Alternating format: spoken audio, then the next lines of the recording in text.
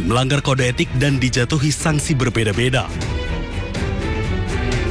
Yang pertama, politikus Partai Nasdem Ahmad Sahroni.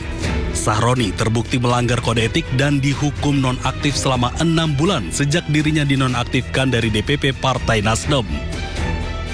Artinya, Ahmad Sahroni baru aktif kembali menjadi anggota DPR pada Maret 2026 mendatang. Selain Ahmad Sahroni, politikus Partai Amanat Nasional PAN Eko Hendro Purnomo atau Eko Patrio juga dihukum nonaktif selama 4 bulan karena terbukti melanggar kode etik. Artinya, Eko Patrio baru aktif kembali menjadi anggota DPR pada Januari 2026 mendatang. Selain itu, Mahkamah Kehormatan Dewan juga menghukum politikus Partai Nasdem Nafa Urbah.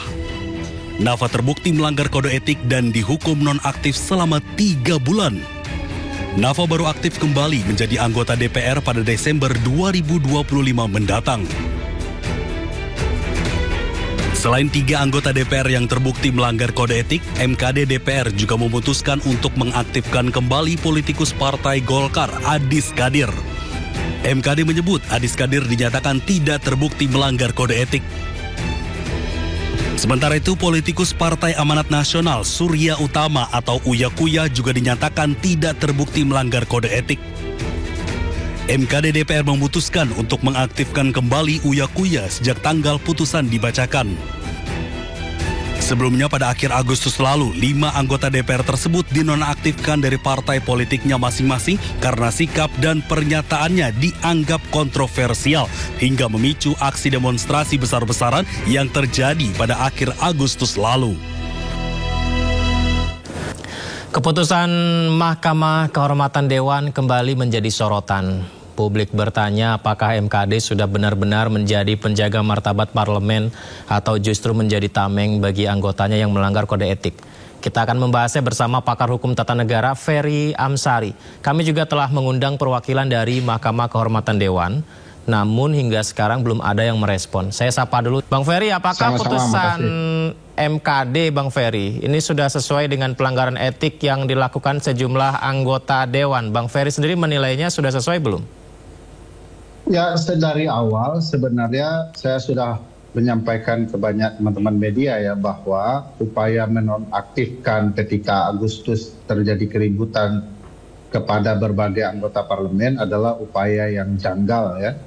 Karena statusnya kan nonaktif. Nonaktif itu tidak dikenal di Undang-Undang MD 3. Yang dikenal kan pergantian antar waktu atau pemberhentian antar waktu ya. Ya, jadi yang disebut nonaktif adalah satu terminologi yang tidak ada di undang-undang. Lalu bagaimana mungkin sesuatu yang tidak ada di undang-undang dijalankan oleh lembaga yang membuat undang-undang? Nah, itu pertanyaannya yang sangat besar.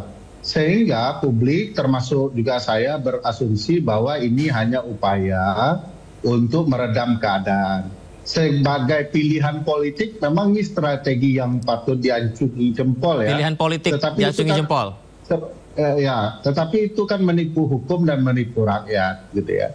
Oleh karena itu mestinya harus ada upaya membangun kesadaran kepada anggota dewan bahwa mengutamakan hukum dan mempedulikan keinginan rakyat menjadi hal yang penting. Kedua, proses di MKD juga sekali lagi janggal ya.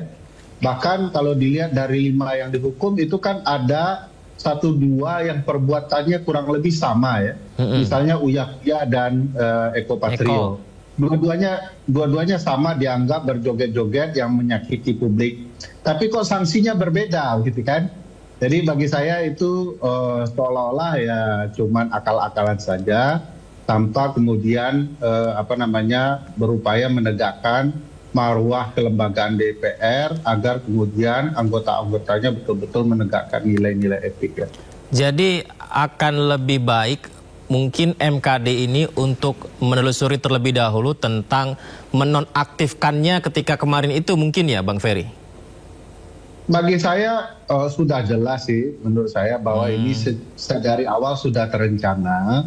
Hanya sekedar untuk melihat waktu yang tepat untuk mengaktifkan kembali. Jadi poin nonaktif itu adalah poin yang tidak pernah ada di undang-undang gitu. Jadi bagaimanapun orang jadi bertanya-tanya ya kenapa DPR malah berupaya menerapkan sesuatu yang tidak ada di undang-undang. Alasannya kan ini adalah sudah ada contohnya berbagai jenis penghukuman terhadap anggota dewan sudah dilakukan. Tapi kan kita selalu bertanya-tanya, yang konsep beginian kan tidak pernah dilakukan. Lalu kenapa kemudian mereka melakukan tindakan yang mengada-ada, mencari-cari, padahal sebenarnya tidak ada di undang-undang. Jadi sebenarnya sekali lagi ini hanya gimmick saja yang tertinggal. Percuma juga dicari-cari kebenaran yang ada sebelumnya karena tidak akan sampai ke sana karena ini hanyalah upaya untuk menutupi kesalahan dari rekan-rekan sendiri ya. Berarti apakah MKD melindungi pelanggar etik, Bang Ferry? Iya, bagi saya MKD sudah tidak etis terhadap perbuatan tidak etis dari teman-temannya. Misalnya tindakan tidak etis MKD itu masa menghukum sesuatu yang tidak ada di undang-undang, kan tidak etis MKD itu. Makanya MKD itu lebih banyak bagi saya adalah mekanisme politis untuk menutupi kesalahan-kesalahan teman-teman sendiri. Semacam topeng rekayasa dibangun di parlemen ya, tujuannya tidak menegakkan etik, tetapi merekayasa agar pihak-pihak bisa dilindungi. Coba lihat deh, MKD itu berlindung kepada jubah mirip hakim konstitusi ya, padahal mereka bukan lembaga peradilan, mereka itu lembaga penegakan etik saja. Tapi mereka sengaja mau membangun pesan ya, bahwa ini adalah seolah-olah peradilan dan berupaya menegakkan etik. Bagi saya ini gimmick-gimmick yang tidak perlu ya. Peradaban politik kita tidak boleh dikesankan dengan topeng-topeng seperti ini ya. Yang kita lihat ini ya Bang Ferry ya, kita lihat ini jajaran hakim-hakim etik. Ini memang kalau masyarakat melihat, bahkan nggak sedikit yang ngirim DM ke saya gitu ya, bertanya, ini berarti sebuah sistem peradilan, begitu pertanyaannya kan. Ini berarti gambaran yang ini sebenarnya ya ini bukanlah perwakilan konstitusi atau mahkamah-mahkamah ya, Bang Ferry? Ya tidak. Itu bukan sistem peradilan ya. Lembaga peradilan itu kalau berdasarkan konstitusi kan cuma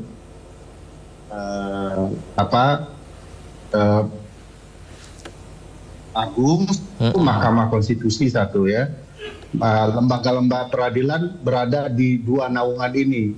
Kalau Mahkamah Agung kan ada 4 lingkungan peradilannya, peradilan agama, peradilan tata usaha negara, militer, dan peradilan umum. Nah, ini mereka ngapain pakai toga-toga hakim gitu ya? Jadi seolah-olah itu lembaga peradilan untuk menutupi ruang-ruang politik yang terlalu mendominasi di lembaga parlemen.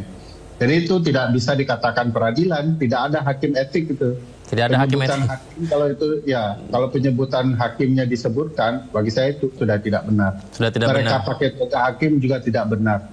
Jadi mereka sudah tidak paham kehidupan ketatanegaraan, tetapi memaksakan sesuatu yang menurut saya berlebihan, tidak patut dilakukan. Jadi mereka sendiri adalah bagian dari pelanggaran etik itu kalau kemudian menerapkan sesuatu yang sebenarnya tidak ada di undang-undang, bertindak seolah-olah seperti peradilan, dan kelakuan-kelakuan seperti ini hanya akan menambah runyam ya perspektif publik terhadap lembaga politik seperti DPR. Saat dibilang gimmick, ini kan sebuah peristiwa yang terjadi akibat aksi unjuk rasa besar beberapa bulan yang lalu, dipicu dengan komentar-komentar kontroversial dari anggota Dewan Wakil Rakyat ini begitu. Dengan adanya MKD ini, kita sebagai masyarakat apakah potensinya akan mengalami hal yang serupa? Perlakuan-perlakuan dari anggota dewan kita, atau itu sudah cukup untuk membuat mereka kapok agar tidak mengeluarkan statement yang kontroversial lagi? Ya, kalau dilihat perjalanan kasus ini kan terlihat ya bahwa mereka hanya ingin meredam suasana. Begitu suasana ribut, publik sudah reda, tidak lagi ada tensi yang tinggi, mereka kemudian mengaktifkan kembali orang-orang yang sudah dinyatakan nonaktif, walaupun durasi waktunya berbeda-beda, tapi pada dasarnya ini akan diaktifkan kembali, kan begitu.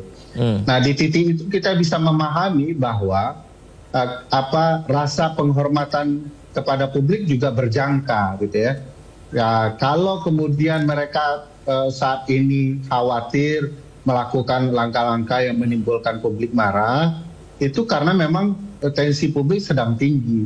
Nanti kalau publik tidak memperhatikan lagi atau nuansa kemarahan sudah mereda, mereka akan melakukan tindakan yang sama lagi.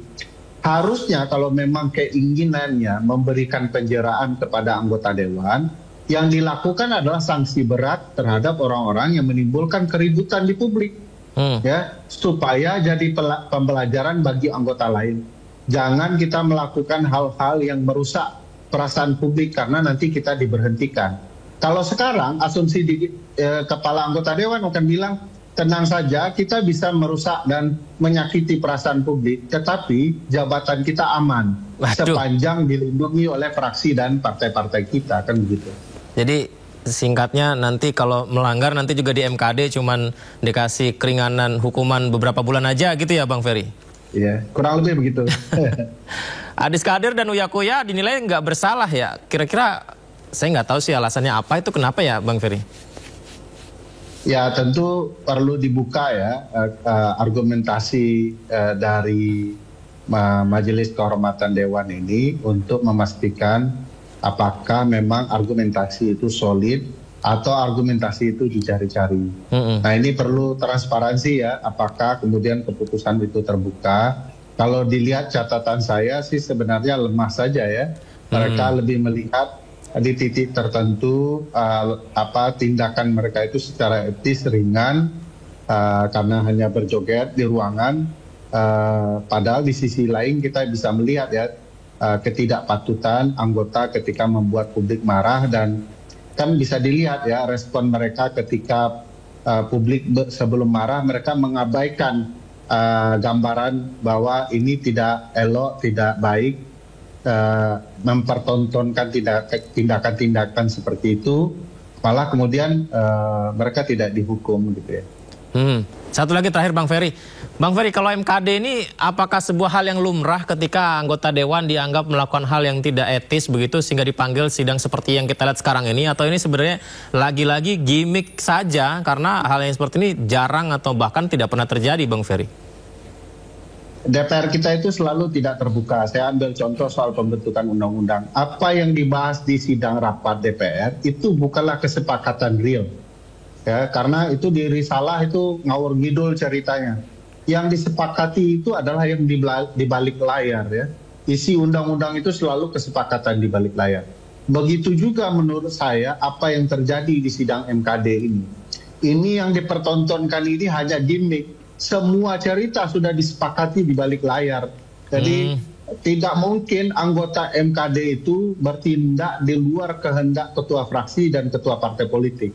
Semuanya pasti atas restu dari pimpinan partai politik dan pimpinan fraksi mereka masing-masing. Baik, poin-poin dari Bang Ferry tadi sudah saya catat. Semoga MKD nonton tayangan ini. Nanti ada kesempatan kita diskusi bareng sama MKD langsung ya. Bang Ferry, terima kasih ya Pak sudah berbagi bersama kami.